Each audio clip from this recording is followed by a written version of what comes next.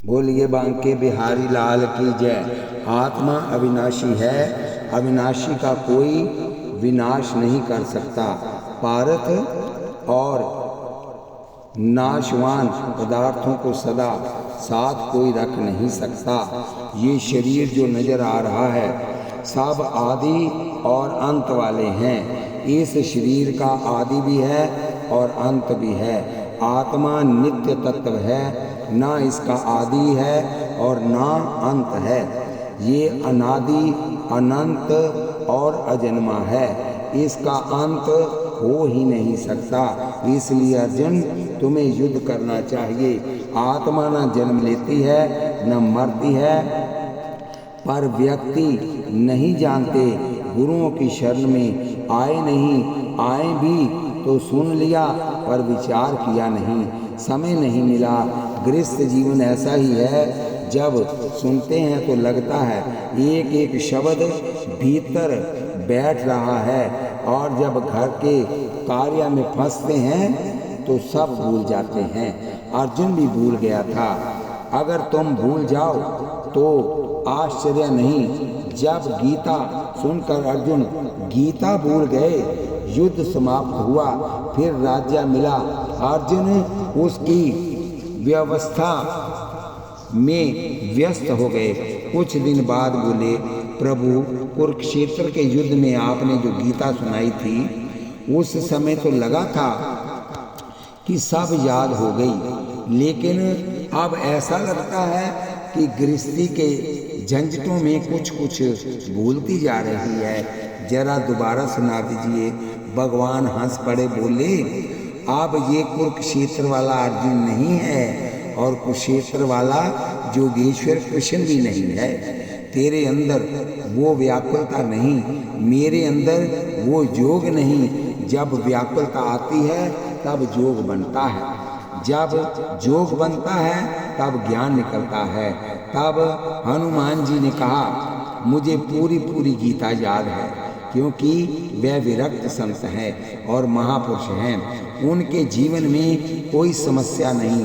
बोले, मुझे पूरी गीता याद है, आप कहिए तो मैं सुना देता हूँ। भगवान बोले, तुम ऊंचे पद पर बैठे थे ना, इसलिए वो सुनाने के अधिकारी नहीं थे। हनुमान जी गीता नहीं भूले, अर्जुन भूल गए। फिर भगवान ने उपगीता सुनाई। कहने का मतलब है कि भगवान की माया बड़ी प्रबल है।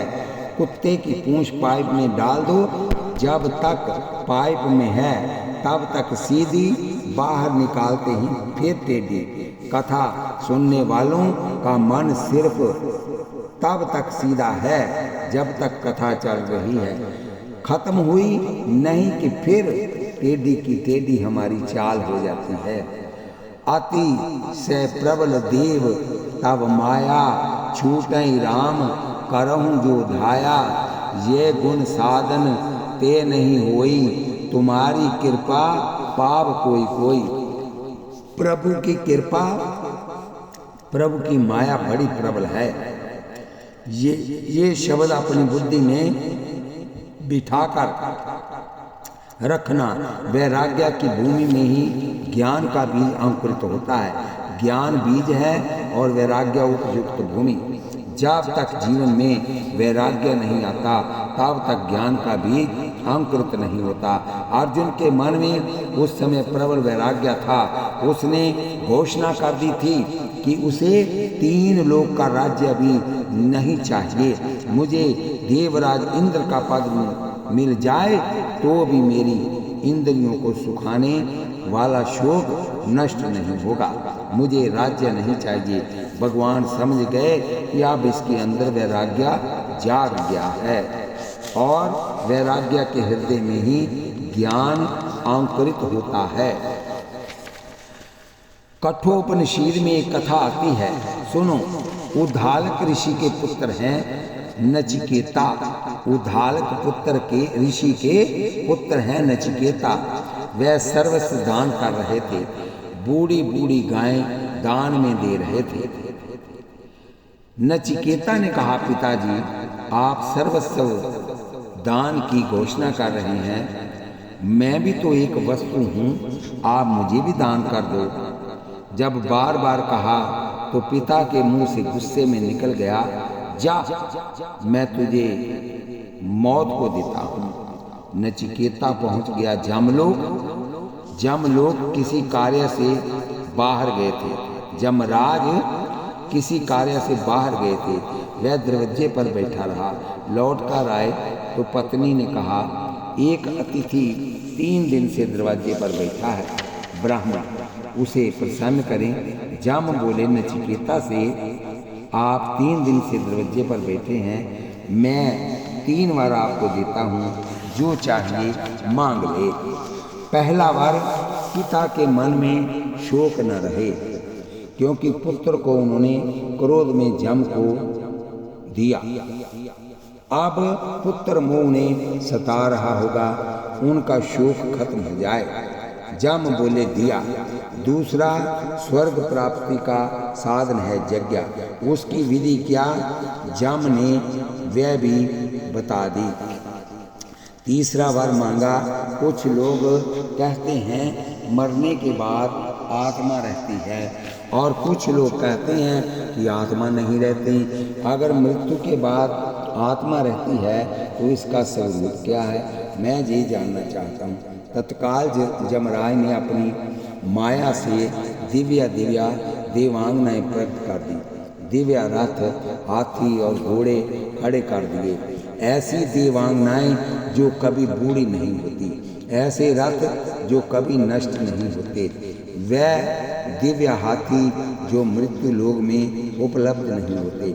जम बोले नचिकेता, इस पचड़े में मत पड़ो कि आत्मा का स्वरूप क्या है, ये ऐश्वर्य देखो। जब तक तुम जीवित रहना चाहते हो रहो, भोग भोगो, ऐश करो, इस पचड़े में क्या रखा है। नचिकेता सोचने लगे। 2 वर मांगे तो तुरंत दे दिए। तीसरे वर में इतने बड़े बड़े प्रलोभन, इसका मतलब है कि यह तत्व उन सब से कीमती है, इसलिए तो ये छुपा रहे हैं। क्या इनसे शांति मिल सकती है, अखंड शांति। बोले, पैसे से शांति आज तक किसी को मिली नहीं। भोग भोग लो, वह इंद्रियों के तेज को खत्म कर देती हैं। इंद्रियों के तेज को भोग खत्म कर देते हैं। शास्त्र कह रहे हैं, ज्यादा भोग भोगोगे, भोग तुम्हें भोगेंगे। जवानी में पके हुए नींबू की तरह हो जाओगे, बूढ़े नजर आओगे। भोगों से बच कर रहोगे तो बुढ़ापे में भी टमाटर की तरह चमकते रहोगे। हम भोग नहीं भोग रहे, भोग हमको भोग रहे हैं। भोग तो नए से नए पैदा होते रहेंगे। हम भोगने के लालच ही नहीं रहेंगे, हम भोगने के लायक ही नहीं रहेंगे। हमें भोग नहीं चाहिए, हमें तो वही वर दीजिए कि आत्मा का स्वरूप क्या है। नचिकेता, अभी भी अच्छी तरह समझ लो। इन भोगों को पाकर जीवन का आनंद करो। उन बातों में से कुछ बनने वाला नहीं है। बोले, नहीं, मुझे तो वही चाहिए। गदगद हो गए। जमराज बोले, वह तुम्हारी परीक्षा थी। नचिकेता, तुम जिस विषय को समझना चाहते हो वह वैराग्य की भूमि में ही उत्पन्न होता है, इसलिए मैंने ये प्रलोभन दिए थे। यदि तुम प्रलोभनों में फंस जाते तो मैं समझ लेता कि तुम आत्मा तत्व के जिज्ञासु नहीं हो, अधिकारी नहीं हो। लेकिन तुमने भोगों का सर्वदा त्याग कर दिया। अब मैं समझ गया कि तुम्हारे हृदय में वैराग की भूमि में ज्ञान का बीज जरूर अंकुरित होगा और तुम आत्म तत्व को समझकर महान बन जाओगे।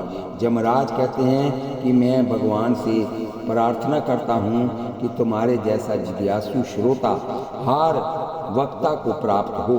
आओ नचिकेता, अब आत्मा का स्वरूप क्या है उसे श्रवण करें। आत्मा का स्वरूप क्या है जो जम ने नचिकेता को बताया, वह आप भी सुनो।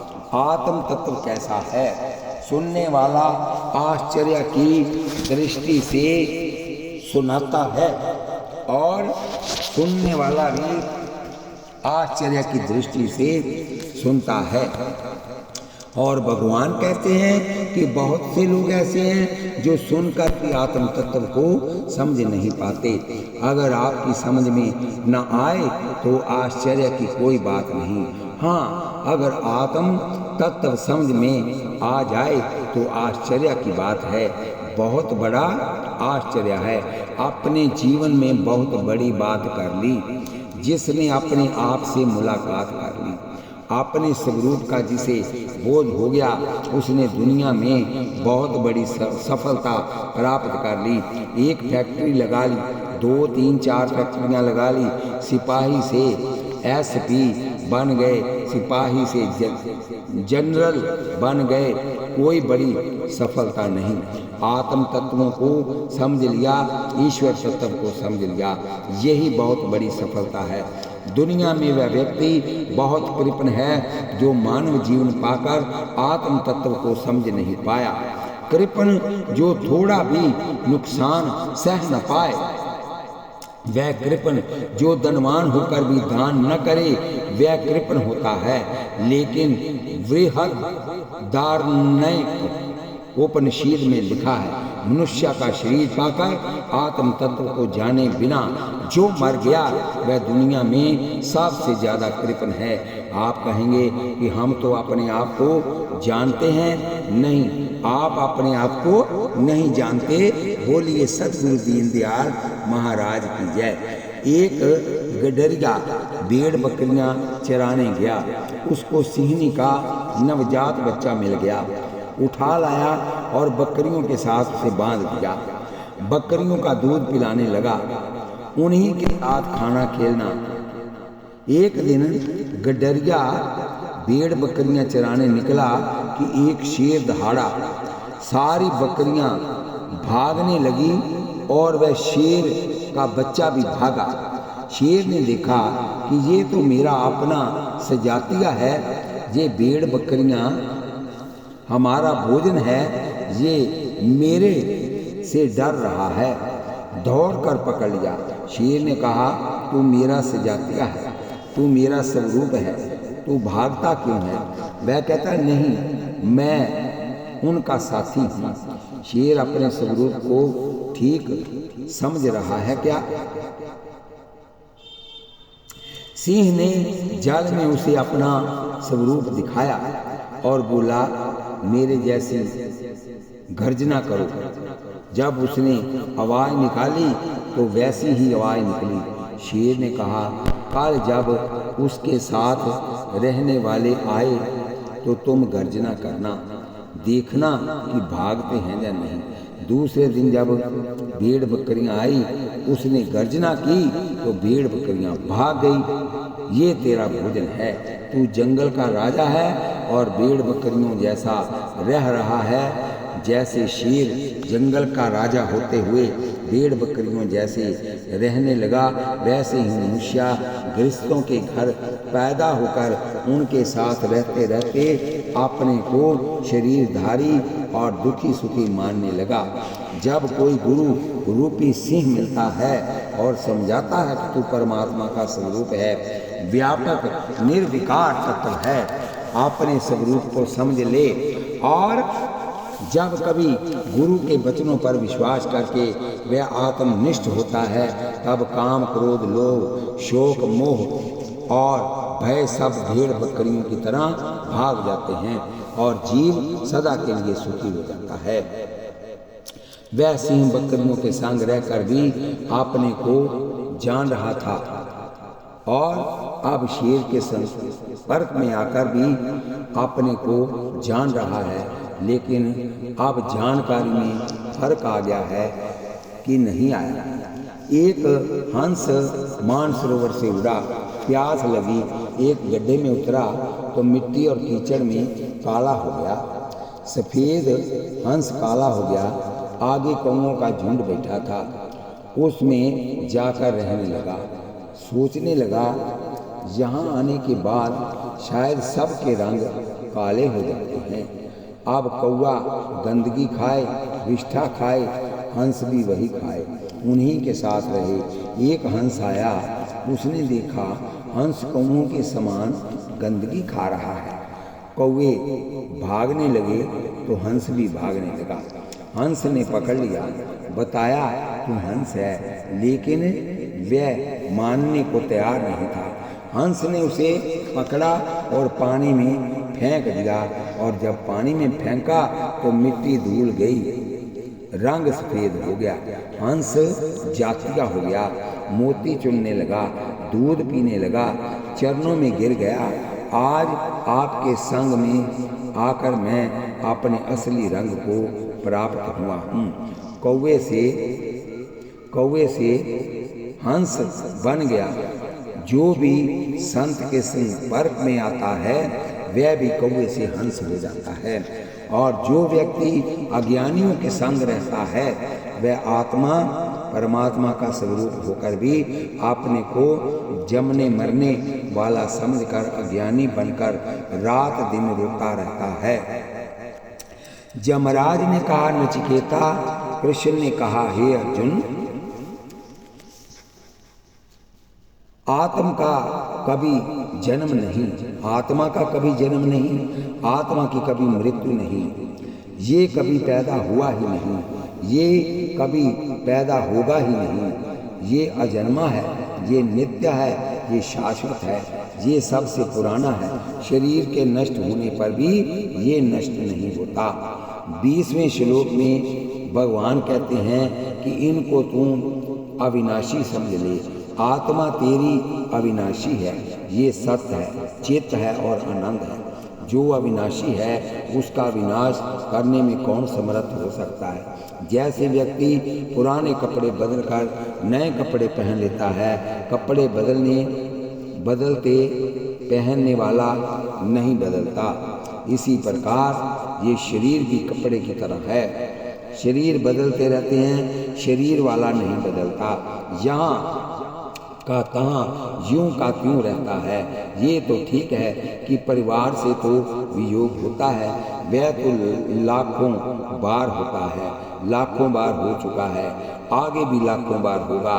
नए नए मिलते हैं, वह तो लाखों बार होता है, लाखों बार हो चुका है, आगे भी लाखों बार होगा। नए नए मिलते रहेंगे, पुराने छूटते जाए रहेंगे। हम इनके बिना नहीं रह सकते, गलत है। कुंवारी लड़की अपने माता पिता के बिना 10 दिन भी नहीं रह सकती, रोने लगती है। लेकिन जब शादी हो जाती है, पति का प्यार मिलता है, तो धीरे धीरे माता पिता का प्यार समाप्त हो जाता है। जो उनके बिना 10 दिन भी नहीं रह सकती थी, वह 10 महीने ससुराल में आराम से रहती है। जैसे पति का प्यार मिलने से माता पिता का प्यार समाप्त हो जाता है, वैसे ही आत्म तत्व परमात्मा को जान लेने के बाद परिवार का प्यार भी खत्म हो जाता है। व्यक्ति आत्मनिष्ठ होकर आनंद लिया करता है। पुराने कपड़े उतार कर नए कपड़े पहनने जैसा ही शरीर छोड़ना है। वृक्ष में फूल लगता है, फल लगता है, बढ़ता है, पकता है, गिर जाता है। वृक्ष जहाँ का तहाँ खड़ा रहता है, फिर उसमें फल लगते हैं। जैसे बार बार फल फूल लगते हैं और गिरते हैं, वैसे ही आत्मा रूपी वृक्ष में शरीर रूपी फल लगते हैं, बढ़ते हैं, पकते हैं और झड़ते चले जाते हैं। आत्मा विनाशी है, यहाँ का तहाँ ज्यों का त्यों रहेगा, उसमें कोई शोक और मोह नहीं होगा। यमराज ने कहा, नचिकेता, सबकी आत्मा एक है। कुछ लोग हर शरीर में आत्मा अलग मानते हैं। वेदांत का सिद्धांत है कि आत्मा सबके अंदर एक है। हर शरीर को आत्मा अलग अलग नहीं है। जैसे सिलेंडर अनेक हो सकते हैं, पर गैस सब में एक ही है। नल अनेक हो सकते हैं, पर पानी सब में एक ही है। टायर ट्यूब अनेक हो सकते हैं, पर हवा उसमें एक ही है। उसी प्रकार शरीर अनेक हो सकते हैं, पर आत्मा सबके अंदर एक है। ये ज्ञान अगर हो जाए कि सबके अंदर अपनी ही आत्मा है, सबके अंदर अपना ही परमात्मा है, इसमें 2 सिद्धांत हैं। यदि बुद्धि ज़्यादा निर्मूल हो जाए तो उस सब में अपने को ही देखो, और थोड़ी कमी है तो सब में अपने परमात्मा को देखो, सब में अपने भगवान को देखो। देख लेना या सब में अपनी आत्मा को देखना। कहा जाएगा कि यदि आत्मा सबकी एक है तो सब भाव सबका एक होना चाहिए, जन्म और मृत्यु एक साथ होनी चाहिए, सारे शरीर की पावर एक ही है, एक बल्ब फ्यूज होता है, सारे तो नहीं होते। सभी टायर ट्यूब में एक हवा है, एक टायर फूटता होगा, सारे तो नहीं फूटते होंगे। जिसके हार्ट में ब्लॉकेड हो गया वह फेल हो गया, जिसकी नसें एक हैं वह जी रहे हैं, चल रहे हैं। स्वामी राम कृष्ण परमहंस गंगा किनारे बैठे हैं। एक आदमी को कुछ लोग मार रहे हैं, वह रो रहा है, बचाओ। डंडे पड़ रहे थे केवट को और निशान पड़ रहे थे राम कृष्ण की पीठ पर, निशान पड़ रहे थे राम कृष्ण की पीठ पर। वह बोले, उनके अंदर भी तो मैं ही रह रहा हूँ, जैसे मिट्टी मिट्टी एक, हवा हवा एक, पानी पानी एक, वैसे ही चेतन और चेतन भी एक है, और वह आत्मा विनाशी है और निर्विकार है। डॉक्टर जब प्रश्न करता है तो इंजेक्शन देकर आपके शरीर के अंग को बेहोश करके अपनी आँखों के सामने आपके शरीर को काटता रहता है। कोई कष्ट होता है? आत्मा तो आपके शरीर में ही है, फिर कष्ट क्यों नहीं होता? नहीं, कष्ट तो मन को होता है। इंजेक्शन लगने से मन को सुन्न कर दिया, इसलिए उसे कष्ट नहीं हो रहा। अब खून का संचार हो जाएगा, शून्यता खत्म हो जाएगी, तो कष्ट का अनुभव होने लगेगा। दुख और सुख की अनुभूति मन को होती है। आत्मा को कोई संसारी सुख व्यापता है और ना कोई दुख, संसारी सुख व्यापता है और ना कोई दुख बना सकता है, क्योंकि वह सदा आनंद रूप है। आत्मा एक है, आत्मा अजन्मा है, अजर है, अमर है। शरीर बनते और बिगड़ते रहते हैं। अर्जुन, तू इन्हें नहीं मारेगा तो भी ये समाप्त हो जाएंगे, ये मरेंगे फिर भी ये नहीं मरेंगे। तुम भी रहोगे पर तुम अपने कर्तव्य से गिर जाओगे। बोलिए वृंदावन बिहारी लाल की जय।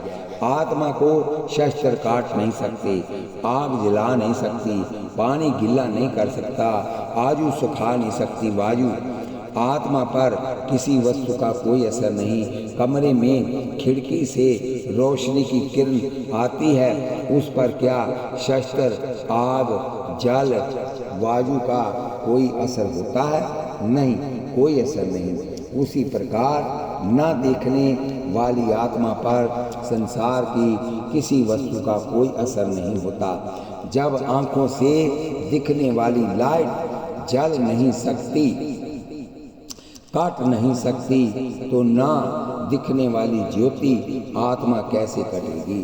हार्ट स्पेशलिस्ट से पूछा कि क्या आपको मालूम है कि आत्मा का स्वरूप कैसा है?